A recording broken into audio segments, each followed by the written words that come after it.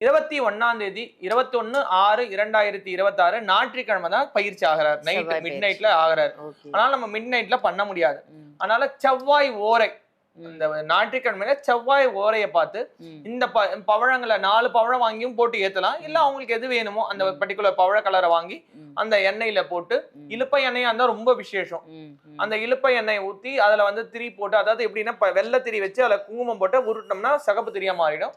அந்த சிகப்பு திரி போட்டு முருகனோட சட்கோணம் நம்ம மஞ்சள்லயே வரைஞ்சிக்கலாம் இல்லைன்னா சந்தனத்துல வரையலாம்.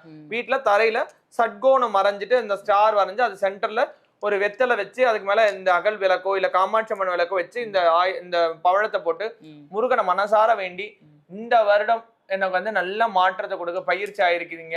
எனக்கு நல்ல ஏன்னா ரிஷபம் அப்படின்றது வந்து பாத்தீங்கன்னா காளை அப்படி அதோட சிம்பலே வந்து காளை தான். சோ சுகபோக வாழ்க்கை கொடுக்கக்கூடிய சுக்கிரனோட அனுகிரகம். சோ அதனால அதுல போய் உட்காரும் பொழுது அசுரகுருவோட இணையறாரு.